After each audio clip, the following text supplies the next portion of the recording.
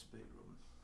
Novak, with your sort of current winning run coming to an end in Indian Wells, is there any better place to sort of start up again than Miami for you?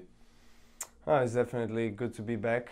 I had plenty of success in Miami, Sony Ericsson tournament, and won last 2 years and played finals in 2009, and actually 2007 that was the first and the biggest title at that time that I had from Master Series right here in this place. So I enjoy the conditions. It can be humid sometimes and quite tough on the guys, but I like playing here. I like the conditions. I like the energy that this city has, and hopefully I can have a good tournament. Yeah, I mean, having that great history and being double defending champion, does it sort of put you in a much more comfortable place when you come and have practice and just start to prepare for the tournament? Yeah, it's very convenient, you know.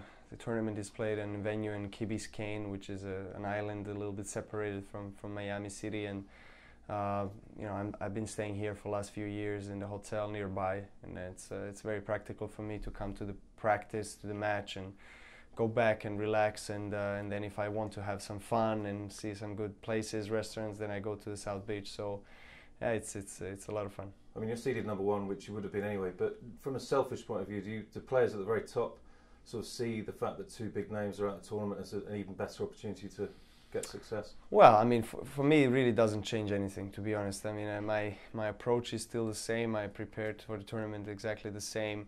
Of course, Roger and Rafa are big names, and it's unfortunate for the tournament not to have them.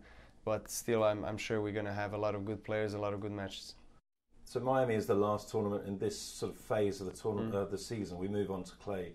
So if you were to look at the season from your perspective and of the tour as a whole, other players' success, what would your report be? No, very well done. I think I've personally had lots of success from the end of the last season and start of this one. I won Australian Open in Dubai and played semi-finals of Indian Wells, and now starting a Miami tournament. Hardcourt is my most successful, most preferable surface. I love playing on hardcourt, and I'll try to use the opportunity and defend my title and get as far as I can in this year's event. And of course, then after we're going for clay. That is always interesting, and it's played in Europe and close to where I live, and hopefully I can have another good one there. And just finally, I've been sort of looking to see Del Potro sort of get to those key sort of stages of tournaments, and it looks like that's now sort of possible in the bigger tournaments. Would you say that it's good for the game that he's back at that stage? Yeah, of course. I mean, people love to see more players being at the top and being contenders for the major titles, and he has won US Open in 2009.